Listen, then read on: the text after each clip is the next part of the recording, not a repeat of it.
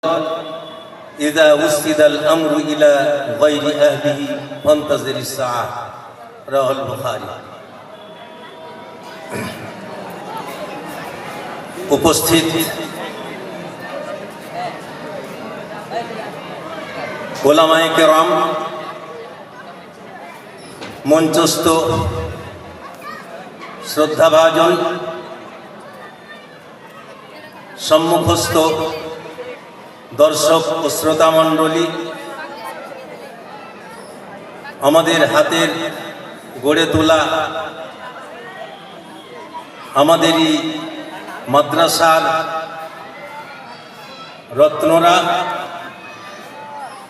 পর্দাশীলা সরলা অবলা মা ও বোনেরা, সকলকে জানাই আন্তরিক সালাম ও শুভেচ্ছা। অতঃপর জানাই সেই মহান আল্লাহ রাব্বুল আলামিনের প্রশংসা ও তারিফ, যিনি আমার মতো আপনার মতো মানুষকে নানানভাবে রুচি সঞ্চয় করে পৃথিবীর বুকে চলাফেরার সুযোগ ও ক্ষমতা তৌফিক দান করেছেন। বন্ধুগণ, আমরা 1 বছর ধরে অপেক্ষায় প্রতীক্ষামা বাৎসরিক জালসা কখন হবে। সে বাৎসরিক জালসায় আমরা মাদ্রাসার রত্নকে দেখতে পাব, কেমন ভাবে পাগড়ি লিপটানো হয়, কেমন ভাবে হাতে লাঠি দেওয়া হয়, কেমন ভাবে তাদের সনদ প্রদান করা হয়, সার্টিফিকেট দেওয়া হয়। এইগুলার জন্য আমরা চাতকের ন্যায় চেয়ে আছি। আজ 1 বছরের পর সেই দিন ফিরিয়ে পেয়েছি,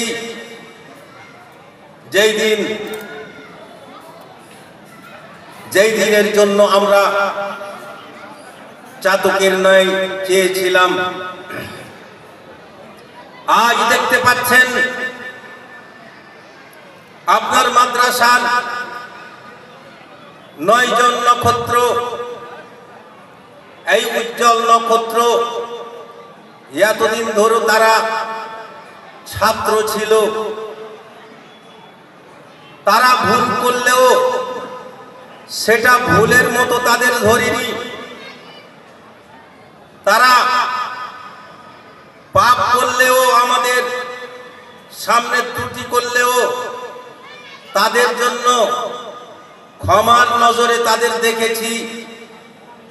কিন্তু জনগণ তো আমাদের মতো তারা লালন পালন করেনি। মা বাবা যেমন লালন পালন করে বাড়িতে, তেমনি এদের আমরা 10 বছর ধরে লালন পালন করে ছেলের মতো আপনাদের সামনে তুলে দিচ্ছি, আপনাদের হাতে তুলে দিচ্ছি। আমাদের সাথে যা ত্রুটি করেছে, বিচ্যুতি করেছে, ভুল করেছে, আমরা নিজ গুণে তা ক্ষমা করে দিয়েছি। আপনাদের হাতে, অর্থাৎ সমাজের হাতে তুলে দিচ্ছি। তারা কোনো গ্রামে গিয়ে মসজিদে মুয়াজ্জিন হবে, তারা কোনো গ্রামে গিয়ে জামে মসজিদের জুমার খতিব হবে, তারা কোনো মাদ্রাসাতে গিয়ে কোনো মাদ্রাসার প্রতিষ্ঠানের হেড মুদাররিস হবে, সেকেন্ড মুদাররিস হবে, থার্ড মুদাররিস হবে। তারা কোনো মাদ্রাসাতে গিয়ে এতদিন তারা জ্ঞান অনুধাবন করছিল, আর এইবারে তারা কিন্তু জ্ঞান অনুধাবন করার পর অন্যদের জ্ঞান দেবে। তাই আমি তাদের জন্য বলছি যে আজকে তোমাদের পাগড়ি যে দেওয়া হলো, তোমাদের মাথায় যে পাগড়িটা লিপটা হলো, এই পাগড়ি সাধারণ পাগড়ি নয়, এই পাগড়ি পীর ফকিরের পাগড়ি নয়, এই পাগড়ি অন্য কোনো মাজারওয়ালা বাবার পাগড়ি নয়, এই দাদা বাবার পাগড়ি নয়, এ গাঁজা বাবার পাগড়ি নয়। বরং এই পাগড়ি হচ্ছে দায়িত্বের পাগড়ি, এই পাগড়ি হচ্ছে আমানতের পাগড়ি, এই পাগড়ি হচ্ছে কোরআনের পাগড়ি, এই পাগড়ি হচ্ছে হাদিসের পাগড়ি, এই পাগড়ি হচ্ছে কোরআন ও হাদিস সহি সুন্নাহর পাগড়ি। এর মাথার উপরে কোরআন, এর মাথার ভেতরে হাদিস, সম্পূর্ণ পাগড়ির ভেতরে দিয়ে লিপটে দিলাম এবং দায়িত্ব দিয়ে দিলাম। দেখো আমরা তোমাদের এখন এই আমানত, এই দায়িত্ব দিয়ে তোমাদের এখন দেশে আমরা ছেড়ে দিলাম। তুমি এতদিন যদি ভেজালযুক্ত কথা বলেছিলে, আমরা ক্ষমা করে দিয়েছিলাম, সমাজ তোমাকে ক্ষমা করবে না।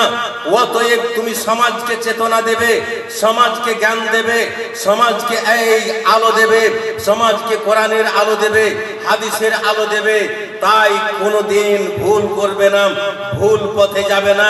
তোমাকে ভুল পথে টানার জন্য, তোমাকে ভুল পথে আনার জন্য সদা সর্বদা তোমারই একজন সঙ্গের সাথী হয়ে আসবে তোমার কাছে, শয়তানে মারদুদ, শয়তানে মালউন। কারণ শয়তান যেহেতু তোমার পদে পদে ভুল ধরার চেষ্টা করবে, কিন্তু আগে তোমাকে সুন্দরভাবে ভুলটাকে ফুটিয়ে তুলে ভালো হবে বলে, হক বলে তোমার সামনে চিহ্নিত করবে। তখন তুমি তার পাশে ফেসে যেও না, তখন তুমি তার পদতলে চলে যেও না, তার পদাঙ্কন করো না, তার অনুকরণ করো না।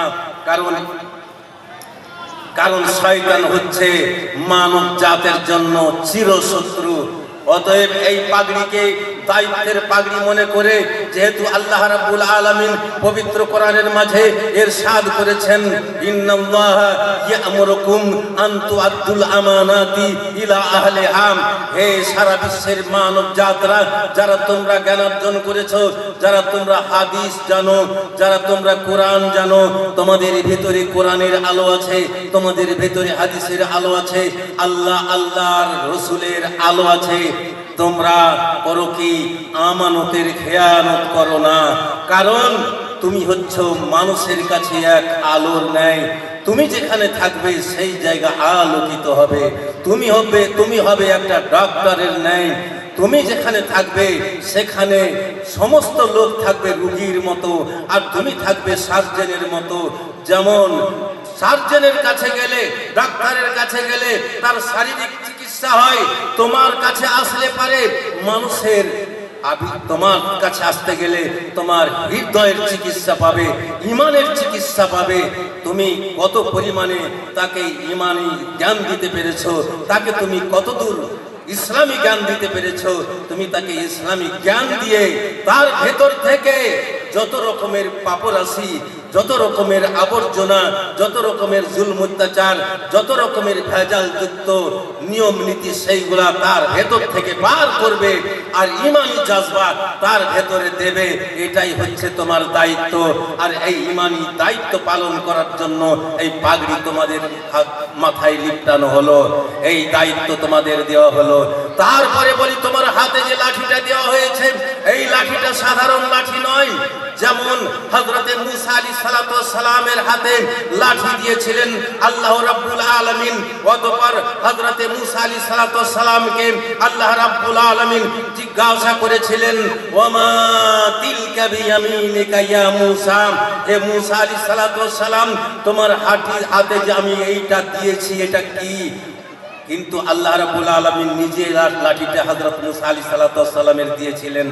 মুসা আলাইহিস সালাতু ওয়াস সালামকে হাতে লাঠিটা তিনি নিজেই দিয়ে আবার নিজেই প্রশ্ন করছেন। কেন প্রশ্ন করছেন? একটু আনন্দ নেওয়ার জন্য। আনন্দ নেওয়ার জন্য বলতে, যেমন আপনি আপনার ছেলের হাতে 5 টাকার কয়েন, 10 টাকার কয়েন, ছোট্ট 1 বছরের ছেলে, ছোট্ট 1.5 বছরের ছেলে, ওর হাতে দিলেন 10 টাকার কয়েন আর 20 টাকার কয়েন, অথবা 5 টাকার কয়েন দিয়ে, তখন আপনি বলছেন পাপ্পা পাপ্পা ये क्या है, পাপ্পা পাপ্পা এটা তোমার হাতে কি?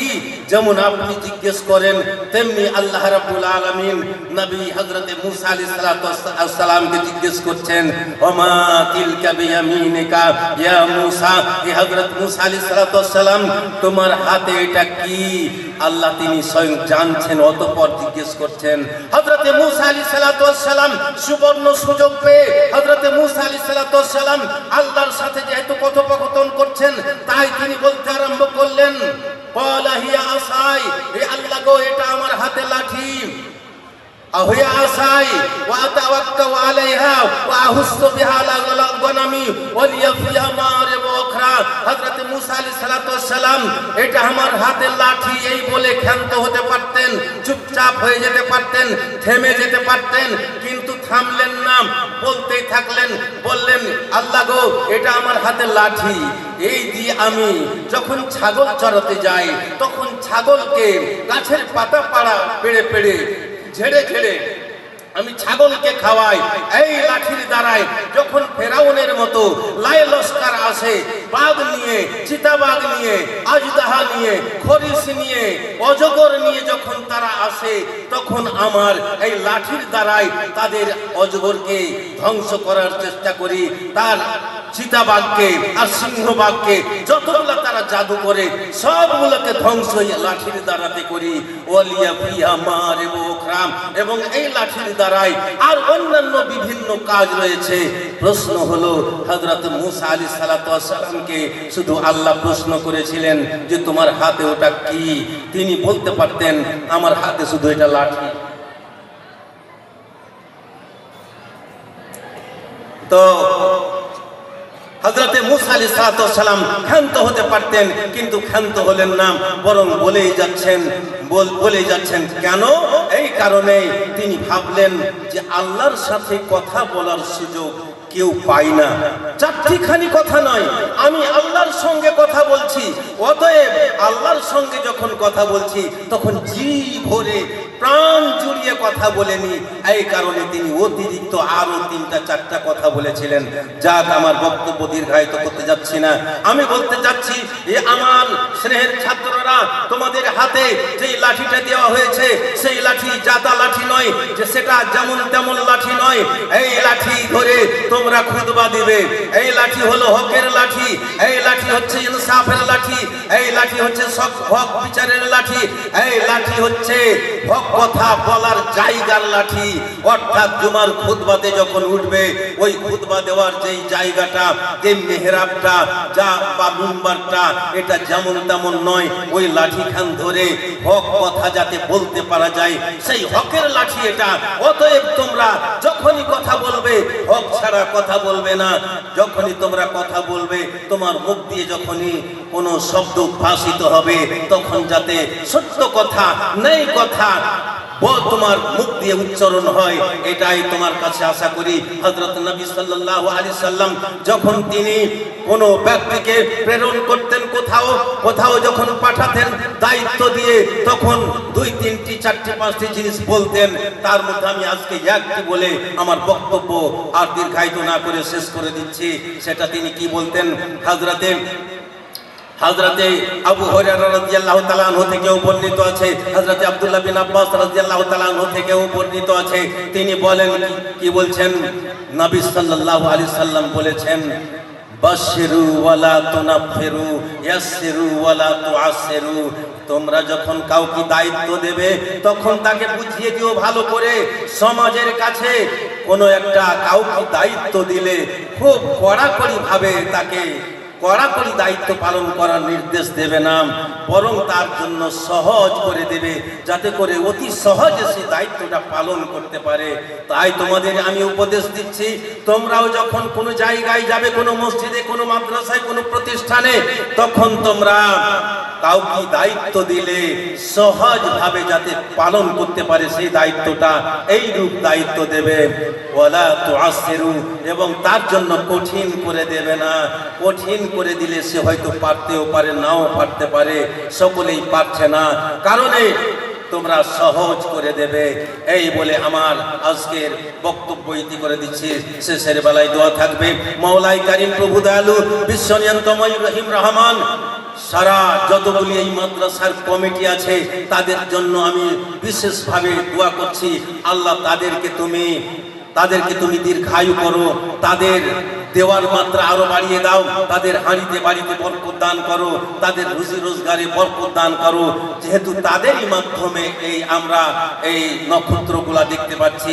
এলাকাবাসীর জন্য দোয়া থাকবে, আল্লাহ গো তুমি এই এলাকাবাসীর উপরে তোমার অনুকম্পা নাযিল করো, তোমার রহমত নাযিল করো, কারণ তাদেরই অনুদানে এই যে আমরা নক্ষত্রগুলা দেখতে পাচ্ছি। তারা যদি অনুদান না করত, তারা যদি ত্রাণ না করত, তারা যদি সাহায্য না করত, তোমার নবীর প্রেমিক না হতো, তোমার প্রতিষ্ঠানকে ভালো না বাসতো, তাহলে এই নক্ষত্রগুলা তারা দেখতে পেত না, আমরা আজ দেখতে পেতাম না। আরো আমি দোয়া করি আমার শিক্ষক মন্ডলীদের জন্য আল্লাহ গো তুমি এই শিক্ষক মন্ডলীকে আরো তুমি সেই চেতনা দাও, সেই জ্ঞান দাও, কোরআন হাদিসের জ্ঞানে তাদেরকে পরিপূর্ণ করে দাও, যাতে করে এদেরকে যেমন শিক্ষা দান করেছে তেমনি যারা এর পরে আসছে তাদেরকেও যাতে এর থেকে আরো ভালো করে শিক্ষা দিয়ে মজবুত করে মানুষের খেদমতে পাঠাতে পারি। এই বলে আমার বক্তব্য ইতি করে দিচ্ছি। সুবহান রাব্বিকা রব্বিল ইজ্জাতি আম্মা ইয়াসিফুন ওয়া সালামুন আলাল মুরসালিন ওয়াল হামদুলিল্লাহি রাব্বিল আলামিন। আসসালামু